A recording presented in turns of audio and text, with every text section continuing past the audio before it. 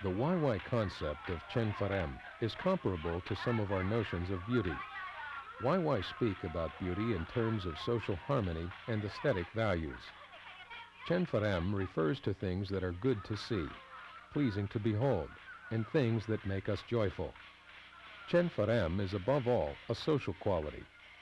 It is found in many aspects of daily life and celebrated on communal occasions when people from the entire village and other invited villages dress in their finest paints and feathers and gather to share food, drink, song, and joy. Beautiful are those things taken from the natural environment and transformed into WaiWai objects. Making a beautiful feather ornament involves hunting birds from trees and sky, plucking their feathers, and skillfully crafting them into objects that become part of the cultural world. Beautiful objects often come from things that are hard to obtain and from places far away. The most beautiful feather ornaments come from birds of deep forest and from the far reaches of the sky. John Ogilvy, a Scottish settler living in British Guiana in the early 1900s, once traded a knife for a beautiful headdress. To hear his account, touch the feather icon. The trade took place between a WaiWai chief Yafuno and Ogilvy. Many villagers gathered to watch the event. Ogilvy describes the transaction in his manuscript. He writes that he wanted 2 feather crowns and offered a new knife. The knife's characteristics were discussed by the WaiWai for over half an hour. All this was child's play by comparison to what I was now subjected, namely the history of the hat itself. These crowns are made of feathers from a number of birds, powies, toucan, green parrots, macaws, eagle, and others. I was taken on a verbal hunt after each bird, just who was at the hunt, how and where it was shot, and countless long-winded details. By noon, after some 5 hours' work, I had successfully purchased 2 crowns. I now found I had something to learn in the art, and especially the speed of bargaining.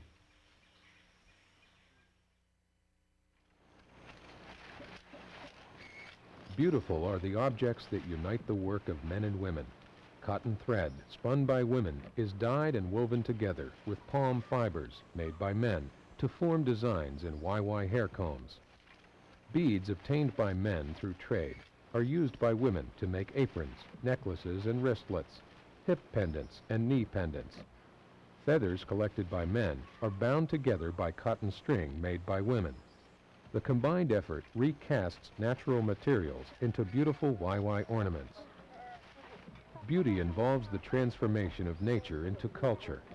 Feathers taken from a host of birds are reassembled into one beautiful headdress. The WaiWai bring nature into the human world by painting patterns of snakes, fish, and plants onto their bodies. Similar designs are woven into baskets made of strips of cane. Nature is the raw material molded by WaiWai, shaped by WaiWai, and made beautiful to behold.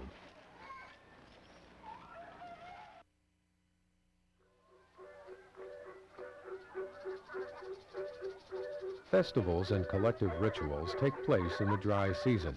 It is a time when meat, fish, fruits, and vegetables are plentiful. It is a time when people work together.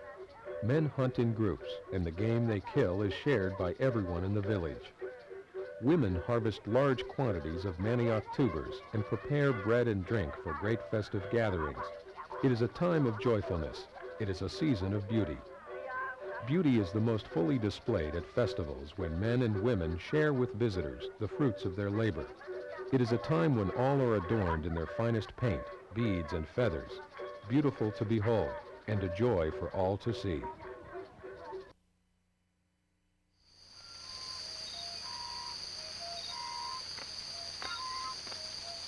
Making oneself attractive involves a sort of influence over others. When you are beautiful, people want to come and see you. Visitors are important for sustaining the WaiWai way of life, and people come from far away to admire WaiWai beauty. They bring goods for trade, and some may marry into the village. Young men and women make themselves beautiful by dressing elaborately to attract potential spouses. Of a man decorated in feathers, the WaiWai say, "Look at his beautiful feathers. He must be a good hunter." A good hunter makes a very suitable marriage partner, and marriage ensures the continuation of WaiWai culture.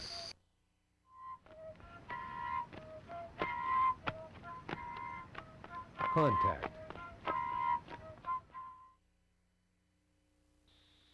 The WaiWai speak a Carib language and live in the forests north and south of the Acarai Mountains that form the border of Guyana and Brazil.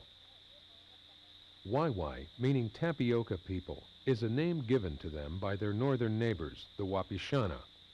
There are two related theories for the name. One account says the Wapishana were so impressed by the quantities of tapioca served by the WaiWai at inter-village feasts that they called them the tapioca people. Another account says the Wapishana, who live in the open savanna where the sun tans their skin a deep shade, considered the WaiWai to be lighter-skinned. So it seems the Wapishana named them tapioca people because their skin color was as light as tapioca. Traditionally, the WaiWai did not use the name tapioca people. They simply identified themselves according to their village, named after a distinctive natural feature or a local river. The WaiWai say some of their forefathers are Faruquoto, meaning those who live on the Faru or Mapuera River.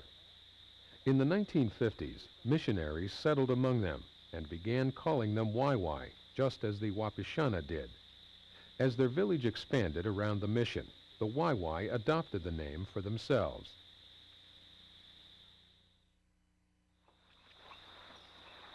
Around the late 18th century, some WaiWai began migrating north from Brazil into British Guiana. Northerly migration was probably encouraged by two factors: a desire to maintain the inter-village flow of trade items and to escape the advancing Brazilian colonist front. Native peoples were paying dearly for their contact with Europeans. The Tarumã, escaping Brazilian slaving raids in the Rio Negro in the 18th century, moved into the territory north of the WaiWai in British Guiana. By the 1920s, the Tarumã were decimated by disease associated with European contact. To prevent the vital inter-village trade network from falling apart through the loss of the Tarumã link in the chain, more WaiWai moved north and settled on the Tarumã lands. The majority, however, were still living south in Brazil when Dr. William Curtis Farabee, leading an expedition for the University Museum, made contact with the WaiWai in 1913.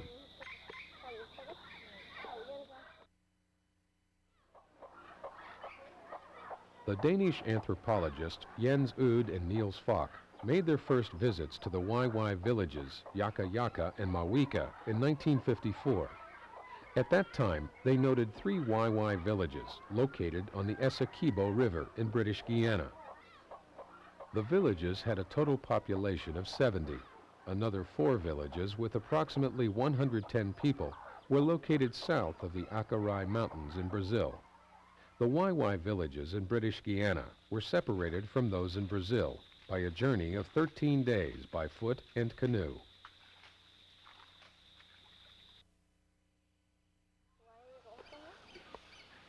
By 1949, North American missionaries set up a mission between Yaka Yaka and Mawika, just north of the Acarai Mountains in British Guiana.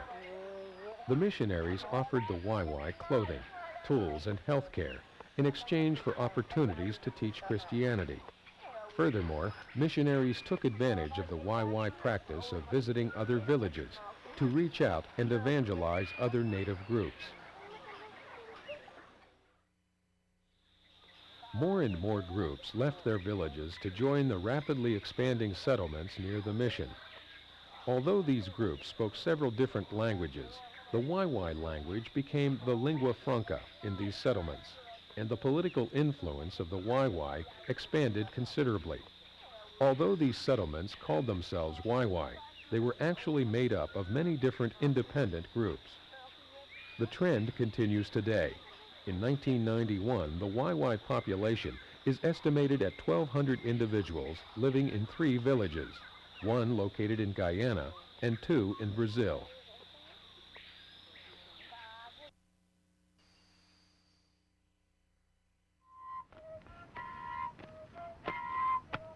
Cosmology.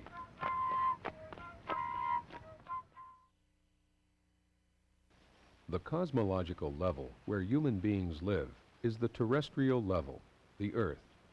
It is divided into areas radiating outwards from a center. At the center is the place where most of social life takes place. Around the village clearing is the bush, and beyond that, the gardens surrounded by forest, then the distant wilderness, the savanna, and beyond that, vague and faraway other lands. If one travels far enough, one will reach the horizon where sky and earth meet.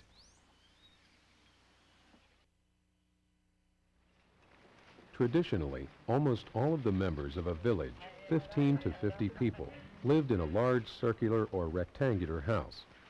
Below the floor was buried a stone axe. The ground level was occupied by humans and pets. The roof area was divided into upper and lower parts by a storage platform and distinguished by different kinds of palm leaf thatching. Perched above the smoke hole in the top of the roof was an umbrella-like thatch cone to keep the rain out.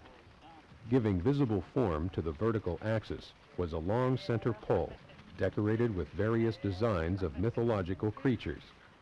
Suspended above the ground and protruding far beyond the top of the roof, the pole connected the house and the terrestrial level with the heavens beyond.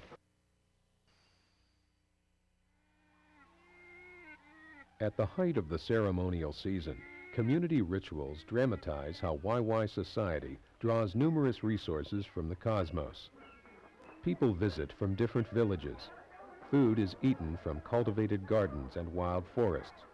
Beautiful featherwork and bead ornaments are displayed, and mythological and spiritual beings are represented through masquerades and ritual song and dance.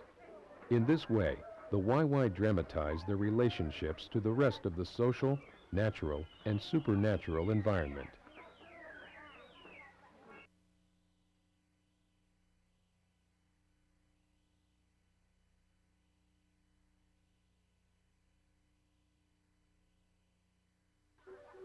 WaiWai decorate themselves to look beautiful and to attract others. The most spectacular adornments are reserved for ritual occasions. At feasts celebrated in the familiar space of the village, visitors and hosts are elaborately painted and decorated with feather and bead ornaments. Some actors masquerade as powerful spirits and mythological beings from the forests and rivers. Through adornment, guests and hosts make themselves attractive. Everyone participates in the beautification of the entire community. Cleanliness and body adornment separate human beings from wild animals. Men and women frequently wash and rub their hair with oil, making it a deep, rich, dark black that shines in the sunlight. Harpy eagles fly high above the earth in the upper skies where the sun shines. The WaiWai say the combination of white eagle down and sunlight glittering in their oiled hair makes them beautiful. Body and face designs are made with red and black paint. Facial designs are usually symmetrical, but sometimes each side of the face is painted with a different pattern. The body is painted with straight lines and right angles. Designs are derived from nature and include patterns representing fish, trees, animals, and snakes.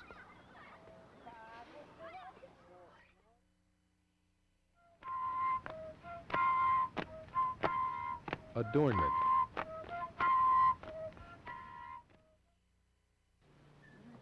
Feathers are used to express beauty, status, and influence. When a man is dressed in feathers, WaiWai say, "Look at those beautiful feathers. He must be a good hunter." Female ornaments accentuate the reproductive capacity of women. Beautiful bead aprons are tied below the abdomen and cover the thighs. Women wear long beaded rope necklaces reaching down to the waist, while men wear shorter necklaces. Village male leaders are often the most impressively adorned individuals in WaiWai society. Spectacular adornment is thought to be an essential component of influence and power of persuasion over all social surroundings. The anthropologist Niels Falk observed WaiWai use of body paint in 1954. For his comments, touch the feather icon. It's not the women It's much more the men. The men are the ones who are courting the women, and they have to dress up and be nice and with nice patterns in their faces especially, and of course also during many occasions on the whole body, but they use a lot of time every day in order to place their figures, their signs on the face. And I think it's more or less like in a lady's room before the mirror. It's the same situation, the relaxed, a little tense situation that now you are going to make yourself beautiful and with some purpose. I mean, it might be hunting, it might be sex, it might be anything really. A body clean and shiny with oil, properly adorned in paint, feathers, and beads, is the sign of a full social being. Adornment is associated with many aspects of society: the eligibility of men and women for marriage, parenthood, the skills of a hunter, and the influence of a strong leader. Decorating the body conforms to cultural standards and reaffirms societal values, strengthening ties between the individual and community. When you are beautiful, people want to come and see you.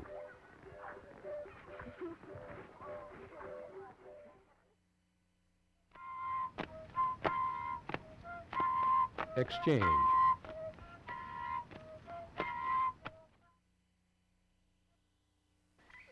Giving and receiving, trading and exchange are involved in many aspects of WaiWai life. The process accounts for the distribution of many natural and cultural resources. Exchange is a means of survival and growth for WaiWai society. Exchanges take place every day. Personal relations are built upon the exchange of resources, objects, and skills. Women cultivate manioc roots and process them into bread and drinks. Men fish and hunt for meat, and everyone shares in a ceremonial meal.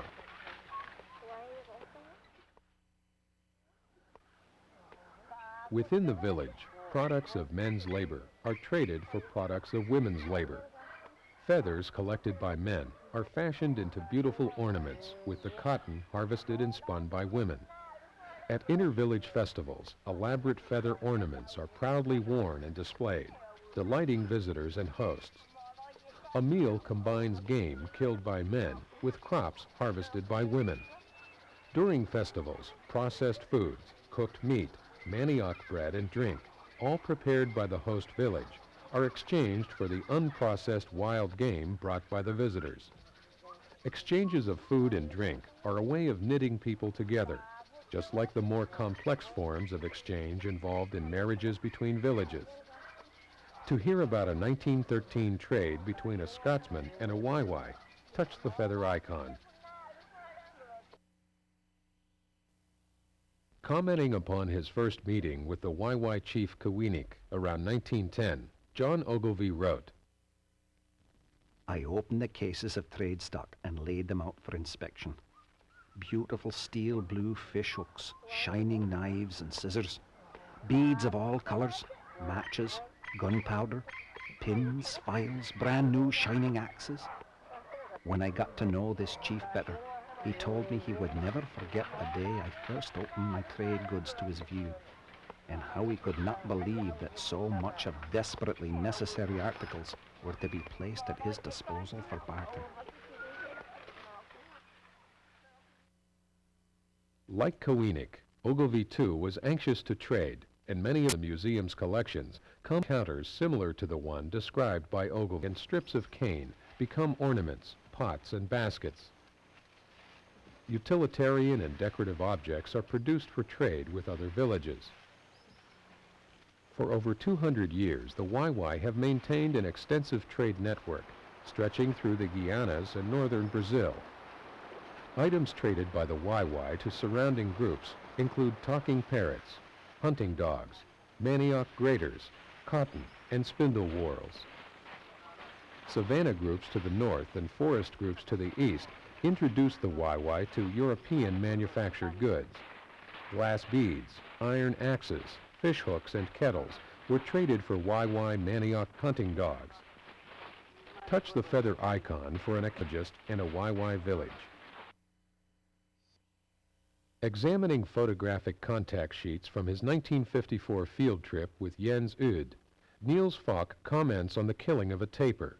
His story provides a good example of how exchange works on a daily basis. The interview was recorded in Professor Falk's office at the University of Copenhagen in December 1990. We are coming close to a village, and we have just killed a tapir, and which is marvelous. And we thought, of course, that now we would have meat for a long time, but actually we did not nearly hardly get any meat, because they were so pleased that they could just give it away to this village they came to. It was a fabulous gift, of course, in food. So they did it, and although I was the one who killed it. And so, but then we were friends, and we could stay there for quite a while. And of course, they have at times so scarce means that when you have been there for a fortnight, then they say, well, we have no more food for you, so you better leave. In earlier times, a good hunting dog was worth an axe, 2 knives, a pair of scissors, a piece of cloth, and a small bunch of beads. Today, WaiWai hunting dogs are still valued items and may be traded for large quantities of glass beads, iron tools, kettles, and mosquito nets, items that would be valued at $200 or $300 if purchased in Brazilian cities. Trading is a social as well as an economic activity. WaiWai create new friendships and offer surrounding groups opportunities to join them by marrying WaiWai women. Marriage is a form of exchange that ensures the continuation of society. Like other forms of WaiWai trade and exchange, marriages sometimes involve outsiders, allowing the village to be a part of a wider social universe.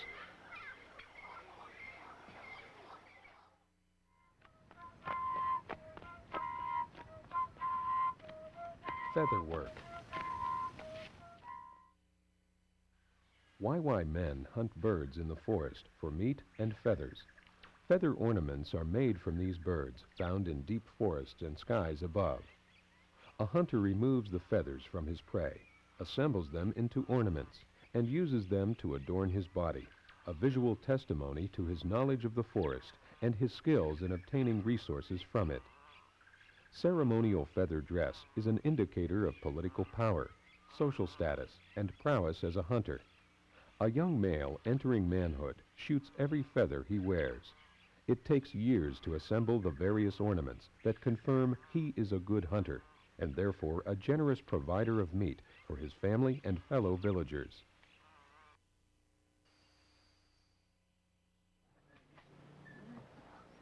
Feather work involves the transformation of nature into beauty.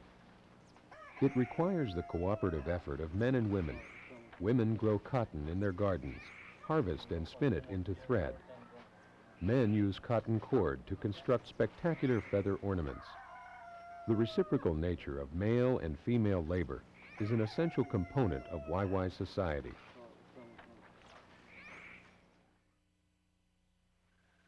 Women also wear feather work, although it is less ostentatious than men's.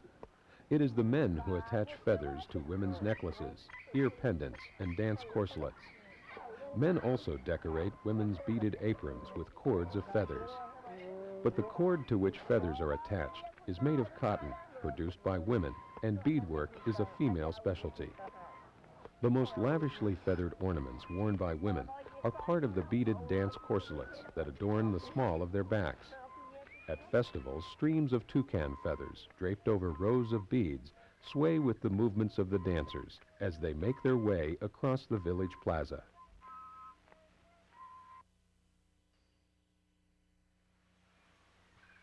Different color feathers used in WaiWai ornaments are taken from birds living in different parts of the environment. Colored feathers are arranged on the body in consistent ways. White down is worn on the head, and white feathers are used for the tallest headdresses.